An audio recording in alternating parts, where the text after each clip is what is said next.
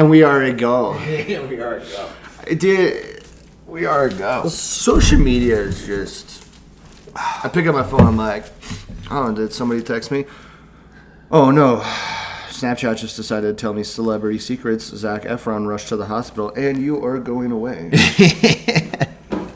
You a big Zac Efron follower? No. There's nothing, dude. No, that's the beauty of it. I'm like... I kind of want to know why he's rushed to the hospital now. No, the social medias, man. They're just like... Again, like, as a fisherman, I can just see them put it on, like, a different fly or bait. They're like, let's see if this is biting today. And they throw it out to me. I'm like, oh... No, not today, fisherman. Hence the term clickbait. Clickbait, dude. Clickbait. Facts. Clickbait. Okay, water, coffee, plant. We're good. We're good to go. We're here. We're here. After an emotional last episode. Oh yeah, dude. Just a little. Good to go. Just a little recap. I mean, it's so fun having you tell me about the conversations you have with people after those kind of ones where it's like, are you okay, this or that, and you're like, I'm great. Like that was so needed for me. You came into work the next day and you're just like ear to ear smile, or the same day you're like, what's up? I'm like, oh, somebody emotionally bathed. We're fresh out of the shower. It's like, you needed that, man. It just like we said, wringing out the rag, just letting out pent up emotions in a safe place with a brother, and not holding that in and then thinking like it'll move on. Nah, man, if you hold that, it'll stay there and create as a trigger for the next time you have something like that come up. It also builds resentment. It's like the more you harbor negative emotions, the more resentment's just built up. And we don't got time for that. Don't got time for the resentment. But too much responsibilities, too many goals, too many things we want to achieve and strive for. Too many other places I'd rather have my mistakes and trip up and falls because for the thing I want successful in. Yeah, dude. Well, there are going to be 0 tears today. I don't know. I might get emotional. I'm feeling a little frisky. I look forward to the moments. It sounds weird, but it's like when you grow up, you're told, especially as a man, don't cry or, wipe your tears. Or, I mean, it was less so for me. I don't think my parents ever said that to me. My dad was never like, men don't cry. I never really saw my dad cry, but that was never like a point.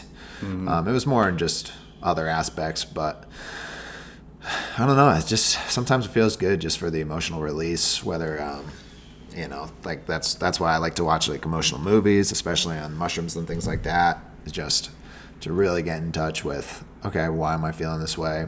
What led me to feel this way? What can I do to maybe not feel this way? What are the positive things I can do? What are the negative things that I probably shouldn't do? Because emotion is just like this really volatile substance, and you can use it in good ways, you can use it in bad ways. So I think it's important to talk about and kind of get in touch with, and especially with a good friend. And I mean, I remember one time that, Ryan came over, we had a really nice emotional conversation, and that was like the closest I've ever felt to him, and it's in those really tough emotional moments that I feel like you really get to know somebody. And I just don't think we have those type of conversations anymore. Everything's on the other side of a screen, or really the most emotion that's expressed is in an emoji nowadays, or a GIF. It's just like, hey, back up. And then it just turns into like, this is my tone with this text message I'm trying to deliver to this person. And I just feel... This is what my face looks like. But this is like, this is the emotional side. I want to be heard like this. And they read it, they go, and they said it to me like this. It's just like, we're deciding to have our most emotional conversations. He's fine. Oh, there he is. Our most emotional conversations through a screen, through text. And it's like, we have this expectation of our intentions and how it should be heard, and then how it's actually received. And it's just unhealthy. Very unhealthy. And toxic. I want to back up. You just like, you ever get those moments where somebody's talking about something and you're reflecting past memories, and then you almost had like maybe sad or dark or overwhelming happy, but you kind of just block it off, and then suddenly one thing triggers it, and your memory's like, oh, here's all those emotions. Yeah. My father, I never saw him cry. Yeah. Dude had like cancer from head to the toe, and he'd be in so much pain, and he'd always smile and everything. And I was at such a young age when I'm absorbing as a man of like, okay, my dad's in pain, but he's not crying. My dad has this hard news, but he's not crying. All this stuff, and then suddenly I would wake up in the middle of the night, 10 or 11, and walk out there, and he doesn't know I see him. He's just crying by himself. Yeah. No one's there. No one's around, and doesn't think anyone's there. And it's hard because I when you're talking about this, I'm doing this like super fast reflection of myself. I'm like, well, I don't really cry in front of people either. I just kind of cry on my own. Did that program itself into me because I absorbed what the man in my life did? And then now it's like I unintentionally have done the same thing where during my hardships, during the hardest times, I'm the one who smiles. I'm the one who says it's okay. I'm the one who wants to be the protector. And then when I'm in my closed doors, I'll just break and weep. And then I'll open the door and people only see the smile. Yeah. That's powerful stuff. Yeah, dude. I think I got that from my father. Yeah. The thing with tears and crying and emotion. So I think authenticity is a big focus. Just being authentic to your emotion and how you feel. People can pick up on that. So when you're having a conversation, I think there's a difference between. It's a really hard balance. It's like when you're really, really feeling sad and the tears are coming, but being able to communicate through the tears, that's the hardest part. So being able to, you see it all the time at funerals when people are trying to give a speech about a loved one and they're getting choked up. Like it chokes you up. You're watching it and it makes you feel like you can feel that. So it's actually a very powerful tool to be able to cry in a way that's not hysterical, but just almost like this controlled, like this is the sadness. I want you to see the sadness that I'm feeling, and now I'm also able to talk to you while I'm feeling this. And then I think that's a really effective way to show somebody just how sad you might be feeling in a certain moment, and develop a link of empathy rather than kind of. There's also the crying where you just break down and there's no words and it's almost like a wall. You can't get in. I can tell you're sad, but there's no dialogue. There's no communication here. So I think finding the balance between the two can be really effective if you want to talk to somebody and you really want them to see just how affected you are. It works sometimes, other times not so much, but when I don't know, don't get me wrong, it's like all my closest people who will be watching this would be like, oh, I've seen you cry. Yeah. It's because you're in my circle. Yeah. And a lot of those people have seen some of the craziest things, man. It's just like, I think it was 3 different deaths I had growing up between fathers and best friends and brothers, and I would go over to the same friends' houses, the twins, my best friends, and it's just like, I don't know, man. I could be so strong, and then I opened their front door, and those 2 are just staring at me, and now it's like, okay, I made it to you 2. Yeah, I'm good now. I can fuck it out. Yeah. I'm gonna break down. I just had to get here. Yeah, just like I just had to get It's here. just like, that's just the beauty of just literally us men holding each other up, man, letting each other break down. And sometimes I'll go too long, and I'll be like, I haven't cried in 2 months or 3 months. I haven't had a good Emotional release. Yeah. So I'll look up proud father of son. Father's Day. Father comes home from my Father's Day surprise. Oh, God. Just stuff. Father's where it's Day just, surprise. Yeah. Just stuff where I can really just stir my pot. I look forward to. I search to have the gut weeps. I search to have this release, and I think that's honestly a healthier way to go about it than I remember you telling me the story of Father's Day, how you forgot it was Father's Day. And everybody was like asking you if you're okay, and you're like, well, why wouldn't I be okay? Like, it's just another day. And then there's like, well, it's Father's Day. And it's almost like now people are saying you should be sad right now. This is like, I thought this I is should your be, like, time to be sad. And was you're the like, moment well, I I'm had to not, catch it. yeah, I'm not. I mean, I'm not sad. Yesterday I was sad. Yesterday I was thinking about my dad, and then I had that moment, and I that's when I let it out. And I don't need a specific day to tell me, okay, now it's the day I cry. But I feel like that's what happens. Everyone's like, oh, it's Father's Day. Now it's my day to be upset, because it reminds you, rather than taking the time yourself to regulate your emotion and be like, you know what, today I'm just going to take some time and think about my dad. We're on the story of crying and my father, and I got a story. So we're back in Minnesota for my wedding this past June, and went to his grave the day before the wedding, and I sat there, and it's just like another life moment of like, oh, it wasn't like when I'm pursuing my forever rugby career, it wasn't when my entire injury took away my rugby career, it wasn't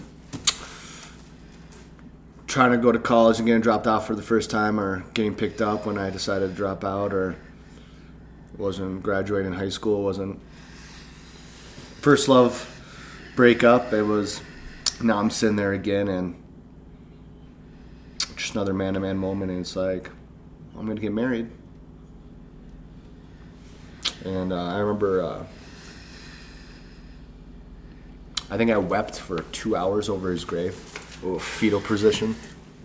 Just releasing her. This woman came out of nowhere, and she looked so petrified. Just this bearded man.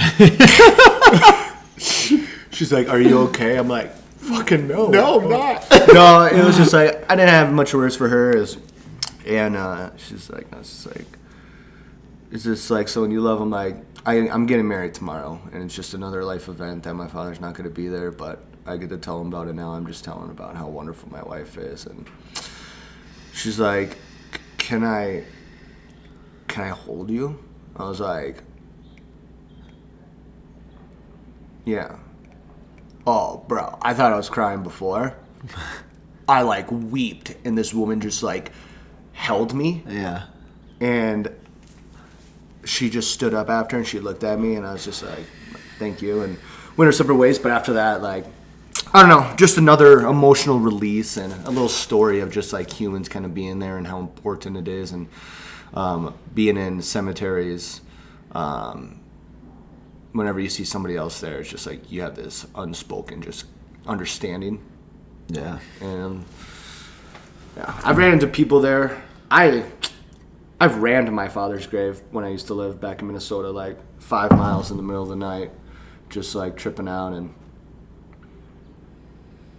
would just like bawl, and suddenly out of nowhere, like somebody else would be pulling up at like 4 a.m. and like I'm like, It's not just me. or I'm like, who the fuck is here at 4 a.m.? I'm like, I'm here at 4 a.m. Like, what are they doing here? I'm like, what am I doing here?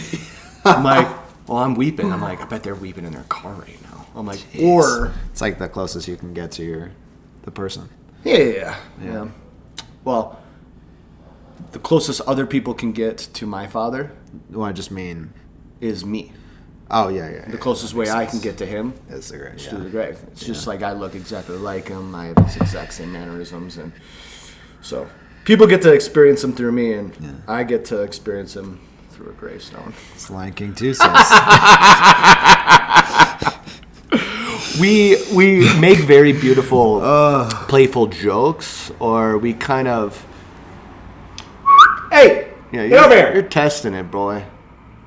Well, I'm just gonna look super cute and act like I was up to nothing. Just gonna trot over here. I think it's so funny. We'll be at work, and we won't get into how the exact phrases of the jokes, but the jokes are very gravestone related.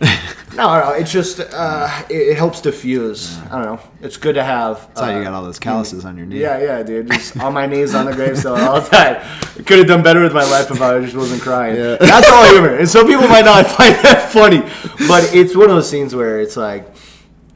I've had just so much death where I have to make humor out of it. Wasn't it you that showed me that video of the people just hysterically laughing at all their crazy misfortune?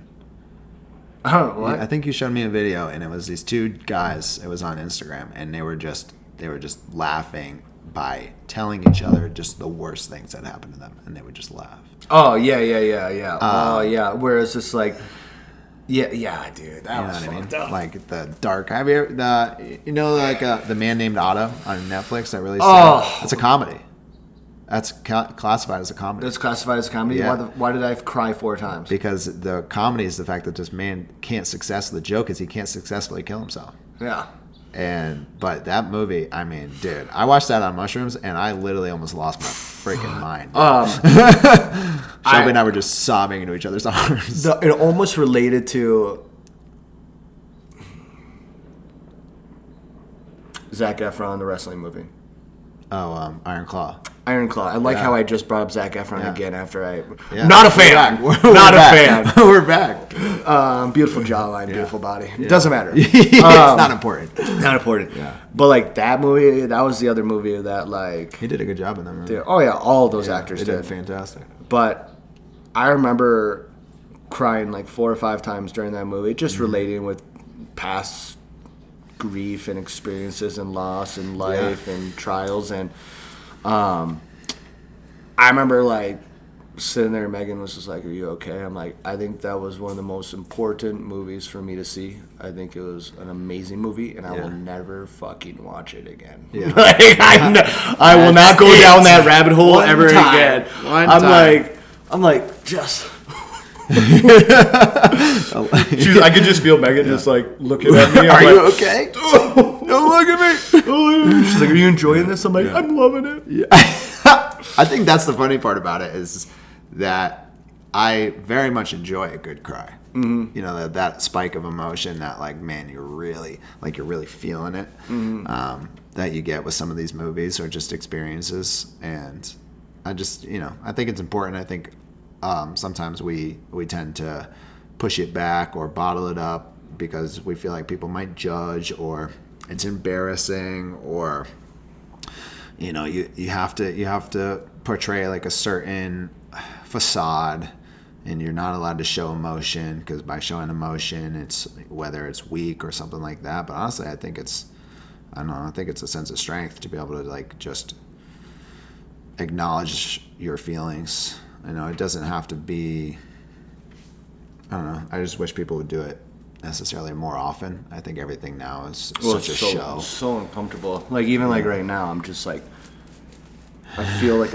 I got petrified, like a statue of like, just talking about past events, and now I just open a door and all I'm thinking of, I'm just going through files in my head now of like sadness, and I'm excited to get like a big workout out of this. It's not sadness, it's just reflection of doors are never closed. And grief. I mean, yeah, grief, man. Like Megan said, I'm just stuck on so many different stages of so many different people who've passed away on their grief, and I got to close the door. And I think for you too is when you're seen as a leader in a group, it's almost like you're not given permission to be the weakness. You're not given permission to be like, hey, like, is it like, how are you feeling? And that goes into the programming unintentionally. Like, I unintentionally programmed that, or life and movies and situations. Yeah. How are you feeling? But I do think it's important, and this is good. This is important, man. Every single time, man. You almost got me to cry. I got away with it. How dare you? You're not going to see it today. You'll see it someday. I'll weep for you. Next time the camera comes on, you're just sobbing in a chair.